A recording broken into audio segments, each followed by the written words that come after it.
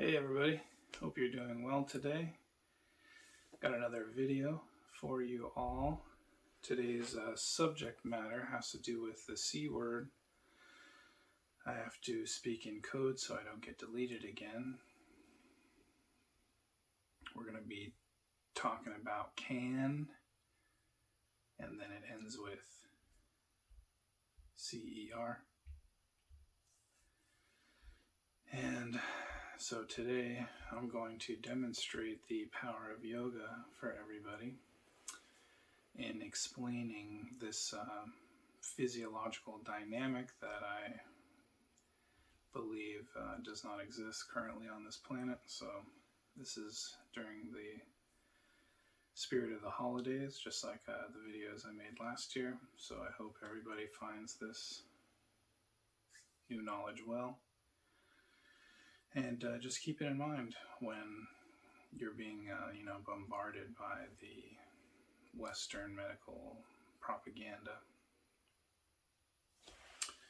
So a lot of people will be experiencing the C word, and I've written in many of my white papers and even cited, Harvard medical literature as well as news sources like CNN and ABC News. If you scour my white papers on sadhananda.org, you'll see that the world's top experts, they don't know why you get the C word. They literally say that it's just a coincidence or it happens at random. But of course, a lot of us are fully aware that it's not a random occurrence, nor does it happen at random.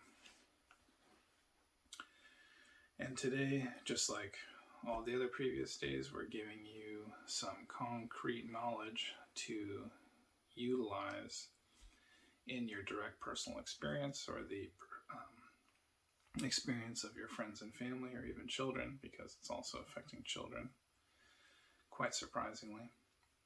So when you go to the Western doctors or industrial doctors, we're talking about China, Asia, South America, even Africa, North America, every major continent, they will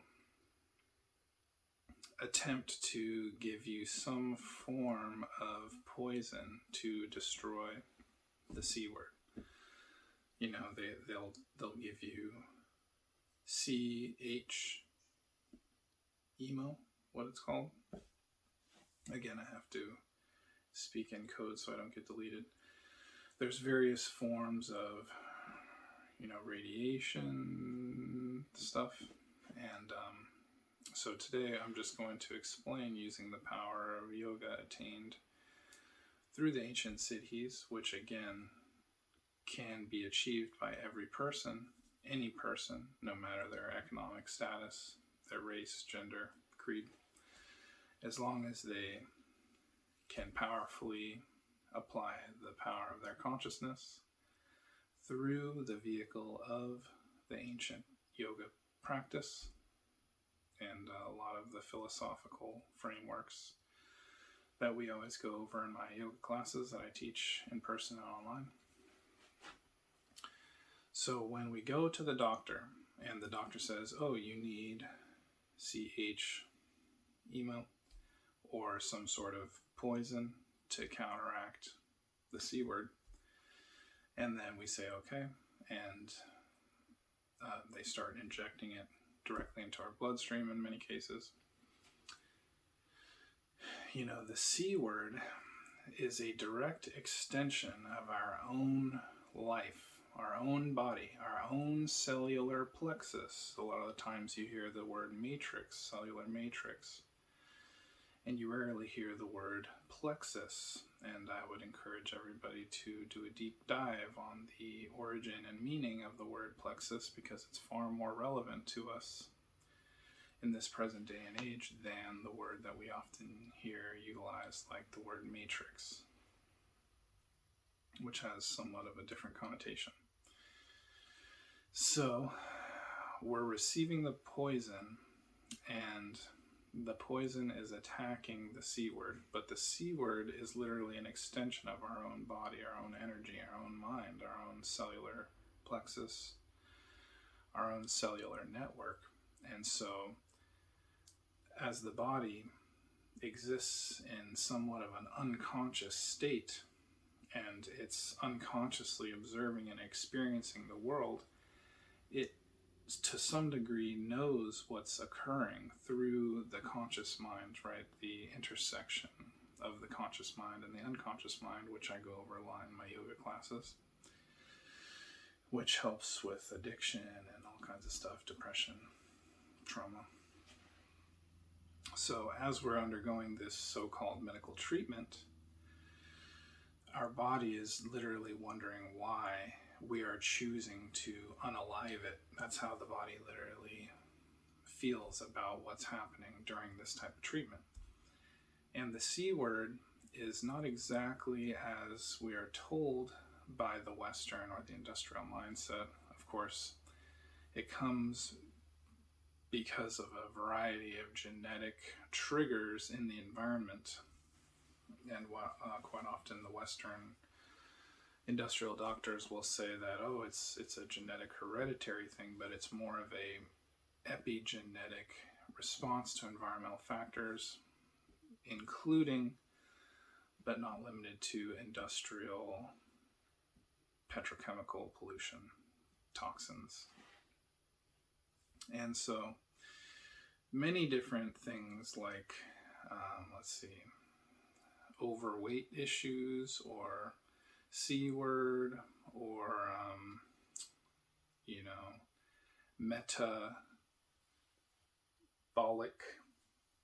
issues. I have to say this so I don't get deleted again.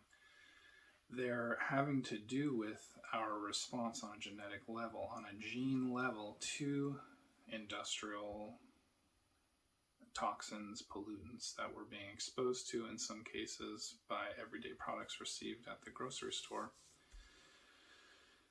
or plastic primarily, which is just a waste product of the petroleum industry. So again, if we're an environmentalist of any type, we want to avoid plastic because it not only destroys the planet but our bodies, and it's simply just a waste product from the petroleum industry. If you're interested in that, you can see my article called Plastic Exposure Pathway on savanada.org. So getting back to the topic at hand, where our body becomes concerned and it starts crying out, asking, why are you unaliving me, right? Because the C word is actually a form of encapsulation to protect the kidneys and the liver from this extreme level of toxicity. And without the C word, that toxicity would surely override our organs. And, a lot of people would be unalived even more so than already have been. But in particular, because of the organ failure. And so, being overweight, as well as the C word, is the body's attempt to encapsulate toxins so that our liver and our kidneys and our brain don't become overloaded by this constant exposure taking place over, moment-to-moment basis in some case, when you're living in the industrial mindset. And, in my environmental consulting appointments, we go over this type of thing a lot as the root cause of a lot of chronic illnesses that people are experiencing on a daily basis that often lead up to the C word or being overweight. And when we look at the Western medical literature available online, it's a bit of an oversimplification, just like what I'm describing about our body wondering why you're doing this. Why are you unaliving me? That's what our cells are saying. Because, we're trying to simply keep you alive, the greater organism that we call you or me. And so what we really want to do, and this of course is for educational purposes only, is turn off these cells, right? take the little rabbit and soothe it and ease it into going to sleep, right? This is a metaphor. Instead of, brutally assaulting the rabbit with heinous, medically, industrial derived poisons. That quite the unaliving, of the patient. So yeah, it's very, there's a lot of subtleties, of course, that we're always trying to get across to everybody. But this is a very big one.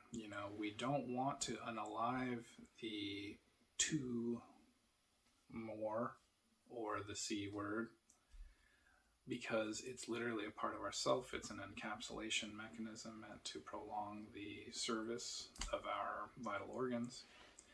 And, you will never hear this truth, again, attained within the deep meditative cities via the yogic scientific mindset.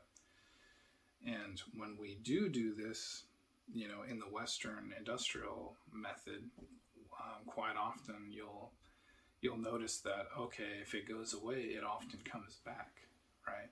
And the doctors, they don't know why. Again, they attempt to assign it to randomness, or by chance or happenstance. But when we assault this area that's already attempting to preserve our life and the sanctity of our life, that kind of wound stays there. And so quite often it will come back because nothing has really been addressed. And so again, getting back to the little rabbit, we want to soothe and calm and relax the rabbit so that it goes to sleep and turns off in a constructive and compassionate and caring way, rather than brutally assaulting it again with industrial toxins that are called modern medicine. And with this singular notion that I'm again sharing in the spirit of the holidays, attained deep within meditative cities via the yogic scientific mindset, when we utilize this knowledge, our body will be much happier. Our unconscious body, our subconscious body will be much happier because we're working with it, right? The body is also wondering and asking ourselves subconsciously, why are you eating these things? Why are you touching these things? Why are you constantly exposing us? The unconscious mind is speaking, desperately crying out to the conscious mind. And when we go deep within meditative mentalities, we will begin to uncover the blockages between the unconscious mind and the conscious mind.